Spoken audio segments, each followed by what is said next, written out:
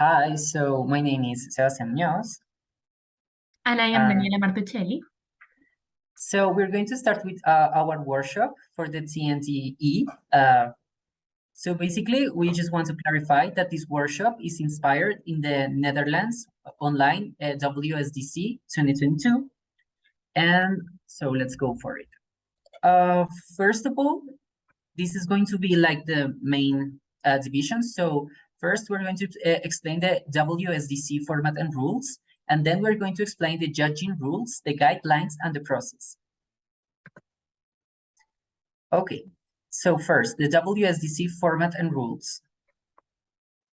This is going to be divided into first, understanding the structure of a WSDC debate. Then we're going to talk about the interpretation of motions and setting up debates. And then we're going to talk about the team and speaker roles. So we go with the first one.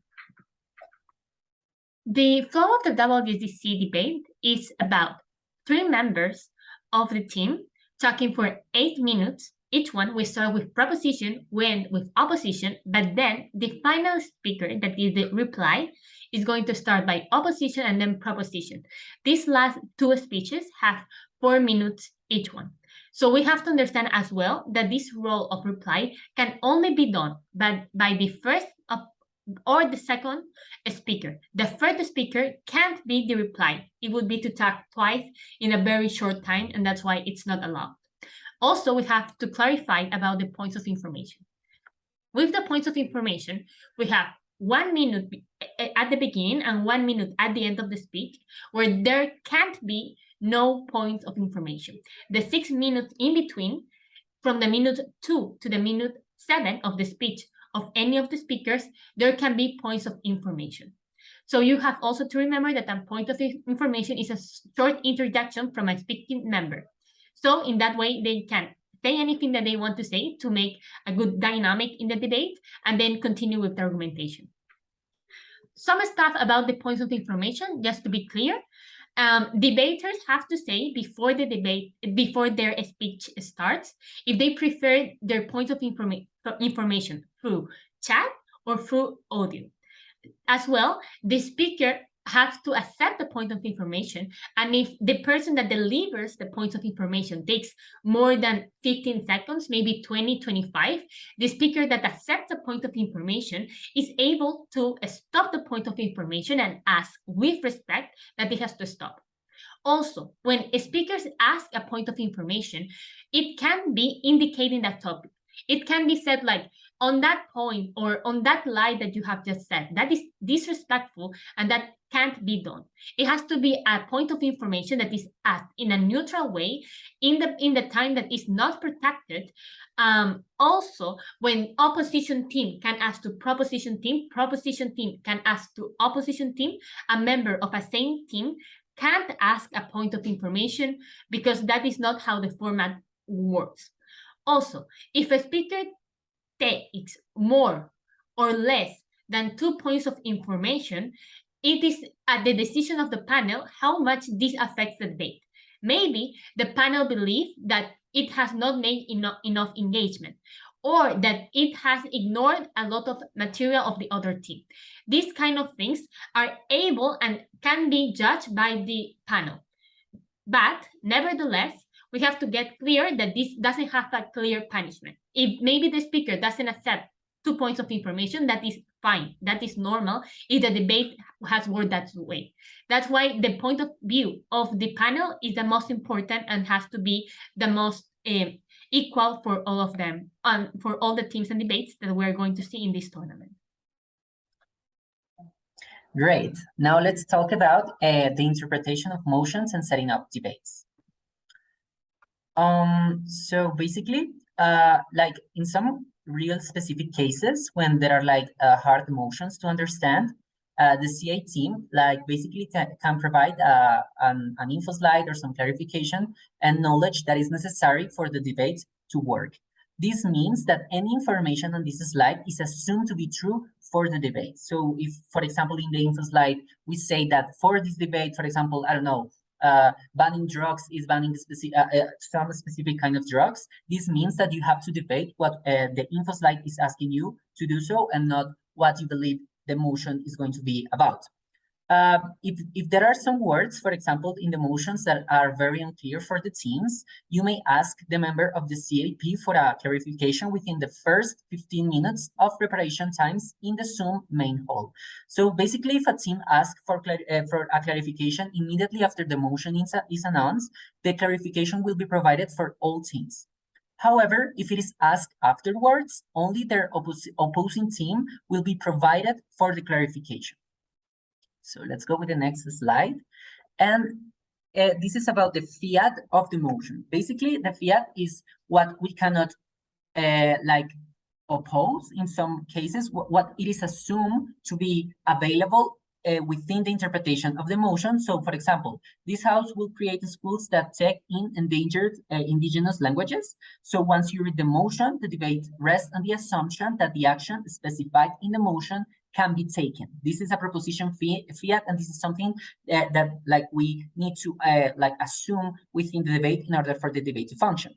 So, for example, if the opposition team says something like, because politicians are racist, they will not want to set up schools like this. So this is like a criticism that explains that this will be a hard policy to pass as well, but that is not a direct attack on the policy's merits or the merits. This is not a legitimate opposition line, because you have to assume that this action is going to be taken. However, like you need to also like make like some clarifications about how this will be a very racist policy to do or something like that, but with assuming that the action is going to take place.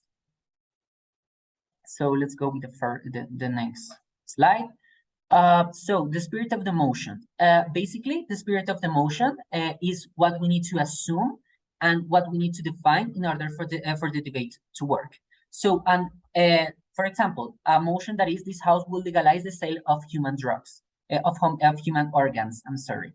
This house will legalize the sale of human organs. So basically, an unreasonable definition for proposition is that you need to, I don't know, pay to take away your heart, brain when you are alive. Like that is something that the proposing team will never be able to defend. And an unreasonable definition for the opposition bench is going to be, I don't know, saying something like incentives for blood donation. So what will be like more clear and better for the debate will be something like allowing people to receive compensation for a kidney, a portion of liver, lungs, bones, marrow, etc. So critical organs can be sold by family members in cases of death. So we need, basically you need to give a fair definition to give a just debate for both teams. And so basically these are the 5 unreasonable definitions that you need to avoid. The first one is basically changing the definition of something that is very clear in the motion. So for example, this house will ban gambling. Like you cannot define gambling like taking hard drugs or something like that. Like that is not what gambling means. So basically try to define what the motion is trying you to define. The second unreasonable definition is disallowing side opposition room for the debate. So basically, this house supports cosmetic surgery, and proposition team says something like we will support this only for burn victims. Like this is not what the burden of the motion is asking you for. You need to support cosmetic surgery in all of its forms. So you need to let opposition engage within the debate. The third type of definition is basically refusing to define the motion at the level of specificity or abstraction that the motion requires. So you basically need to engage within the specificity of the motion. The fourth unreasonable definition is basically changing the time lapse that you are debating in order for you to be strategic and in order for you to, I don't know, debate something in the past when in the motion they are not asking you to do so. And the fifth unreasonable definition is changing the debate to a place that is not what they are asking you for. So you cannot only debate within, I don't know, developing countries when the motion is not asking you to do that.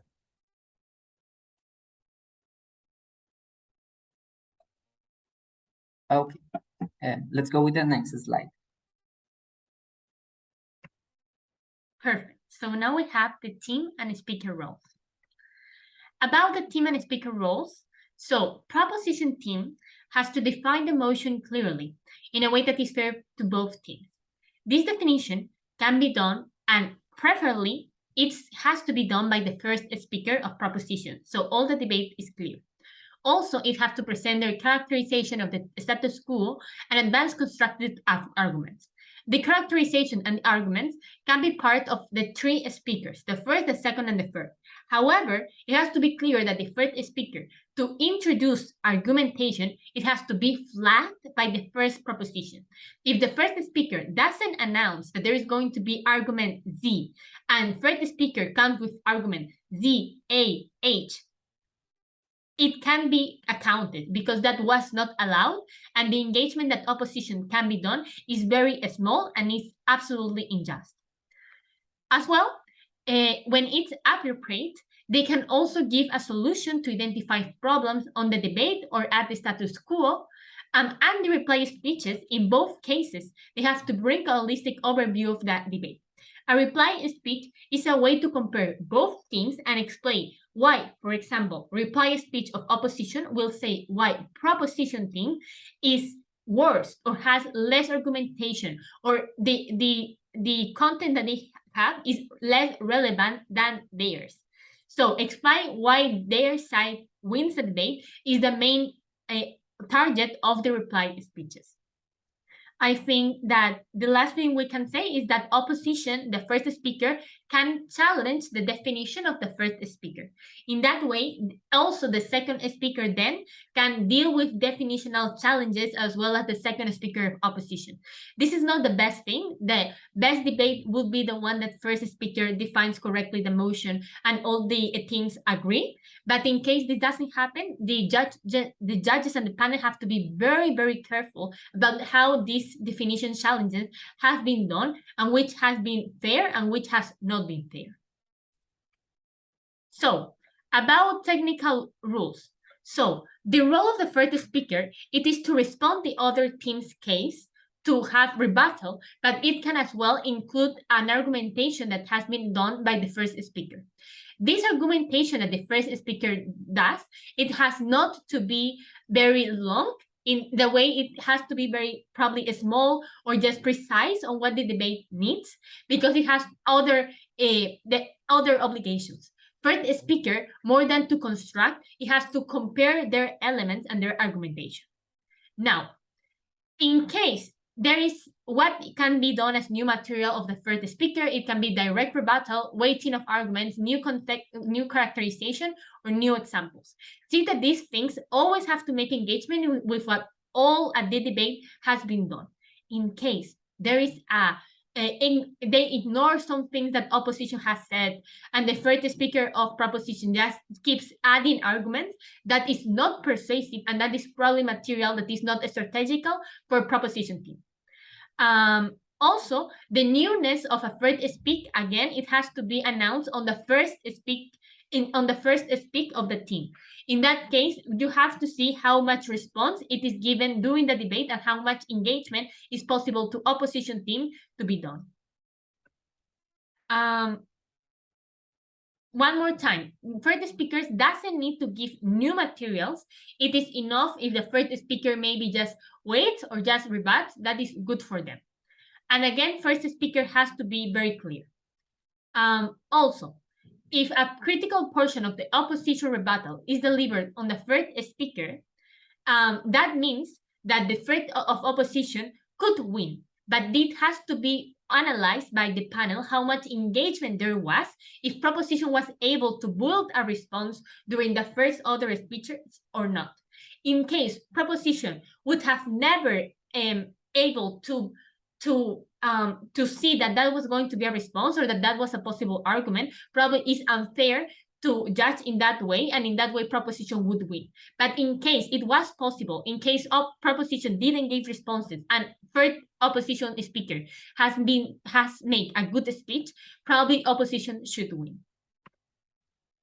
I think that I have said all these things about little things about the reply speaker. The reply speaker have to sum up They can add arguments, they can add rebuttals, they have to do a weight of the arguments, they have to sum up, and they have to explain why their team has won. It has a specific objective. It is not as the first speaker, it is the reply speaker, and that makes that it's unique. Good reply speakers probably just not report the debate that has happened, but they contribute to the strategy. They explain the strategy the team has taken and why it has been better than the other team. Framing, contextual observation, all that counts. What doesn't count, for example, again, is argumentation, specific characterizations. Okay, so I think this is all of my part for now. Okay, so let's talk about the judging rules, the guidelines, and the process for a good deliberation process. So there are two sections in this. First of all, characteristics of a model judge, and then the judging process at WSDC 2022. So characteristics of a model judge. So first of all, the model judge is a ordinary intelligent voter. This means like an average reasonable person. This means like a person that knows about current affairs, a person that has some information. They have not a specialized information. So basically they know a global and a general perspective about the debating topic like that this judge is listening. Second of all, it's an impartial person. So basically this judge doesn't have any kind of personal bond with the teams that he or she or they is judging. So this means that we need to avoid persons that have coached some specific team. Like we need to avoid them to to be the judge in a specific round because they can give some a personal bond or a personal favor to them. The third part is an unbiased judge. So basically, this person doesn't have any kind of personal information that makes some team or the other have some kind of advantage in order to win the debate. The fourth part is that this person needs to be observant and diligent. So the judge needs to listen carefully to what debaters say and doesn't construct ideas that haven't been explained well. So they look for substantiation and evidence equally from both teams. They track arguments, responses, and POIs. The fifth part is possessing general knowledge. So, like as I mentioned, an intelligent listener and an intelligent judge is aware of current affairs and basic facts without letting specialized knowledge interfere within the debate. The next part is that it needs to be expert on the rules, like it needs to know the WSDC debating rules. And the last part is accountable and constructive. So he or she or they needs to really give a good deliberation and feedback for the teams in order for them to grow. So let's go with the next slide. So some additional commitments when judging at WSDC. So you always need to be respectful. You always need to pay attention during the rounds, and you need to take good notes. You always need to be available for feedbacks, and you you are not allowed to let some speakers like give them their own advantages through signs or through some kind of I don't know, information or implicit information that gives them a win through the debate that is not permitted. Let's go with the next slide. And it is about evaluating material from third speech. I think that Daniela has clarified this very much, but basically a third speaker in WSDC is not a VP whip, a VP whip or a reply speaker. So basically you can give some very tiny new information that has been flagged through the other team members, unlike the VP whip, which cannot give any new information. And newness cannot be in a third speech is not a sufficient justification to discredit material at a third speech. So okay, so that is enough, I think. So in order for us to evaluate material from reply speeches, so first of all, you need to have into account the new argumentation or rebuttal, even if it is derivative, that should be discounted in replies. like new arguments and new rebuttals should not be made in replies. Second of all, the new weighting of arguments, contextual observations, or examples are all expected in reply for the speaker to fulfill more than just a reporting role. So basically, reply response a good reply speeches do not just report on the debate that happened, but contributes to the team's overall strategy and approach in the debate. And last of all, like the reply speeches can swing debates through their observations. Like if they are very good, they can change the deliberation process by highlighting parts of the debate that may have occurred earlier in the debate, but it is nonetheless worthy of full consideration by judges. So let's move into the next slide. And evaluating contradictions. So contradictions, and we need to be very clear with this, a contradiction is never an auto-lose.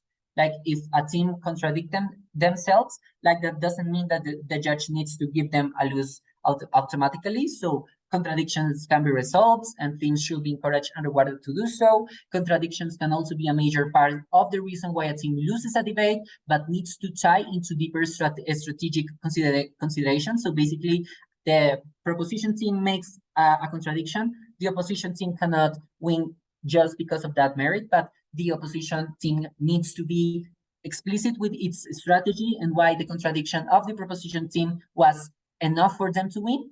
And as a general rule, in cases where contradictions are unresolved, judges should discount the less substantial of the two claims, and where claims are equally substantial, the claim which was made the last.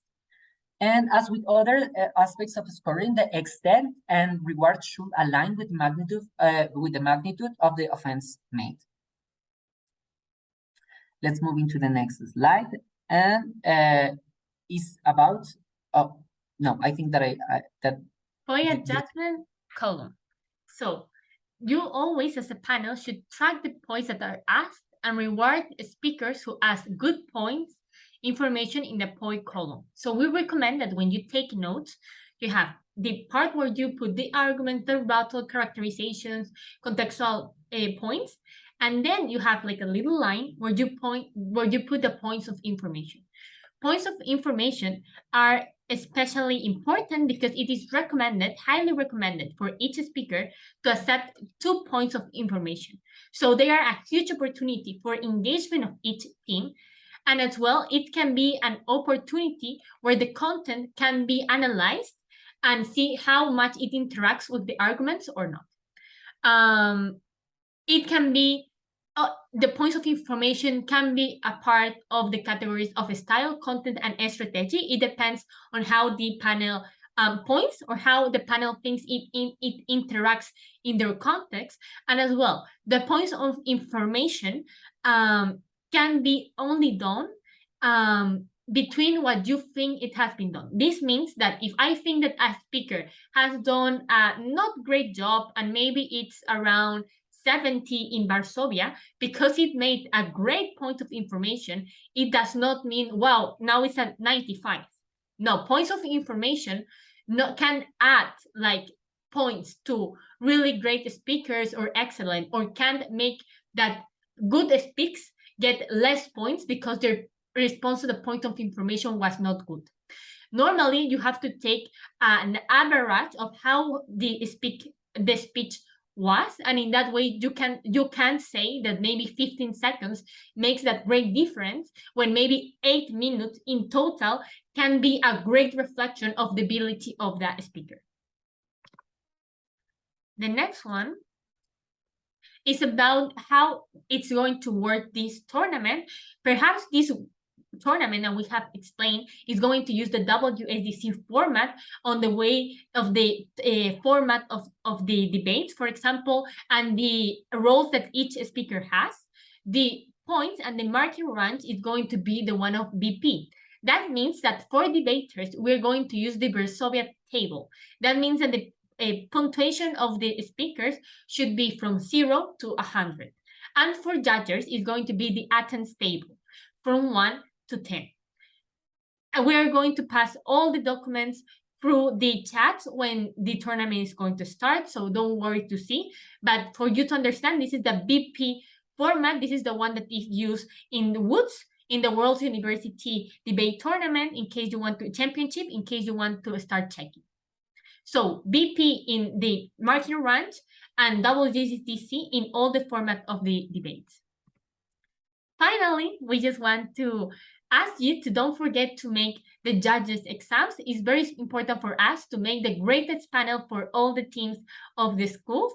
And we are very excited to see you at the tournament, all your arguments and all the emotion that you have prepared for long weeks. I think that's all. Thank you. Bye.